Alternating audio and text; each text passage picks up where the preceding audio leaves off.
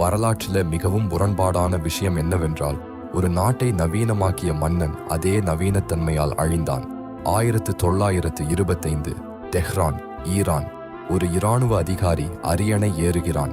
அவன் நாட்டை முழுவதும் மாற்றுகிறான். டிரான்ஸ் ஈரானிய ரயில்வேயை கட்டுகிறான். தெஹ்ரான் பல்கலைக்கழகத்தை நிறுவுகிறான். பெண்களின் சாதோரை தடை செய்கிறான். மேற்கத்திய உடைகளை கட்டாயமாக்குகிறான். அவனது நவீன ஈரான் ஒரு காலத்தில் பலமாக இருந்தது. ஆனால் 2ஆம் உலகப் போரின் போது அவன் ஜெர்மனியுடன் வர்த்தகம் செய்கிறான். பிரிட்டன் மற்றும் சோவியத் யூனியன் அச்சுறுத்தலை உணர்கின்றன.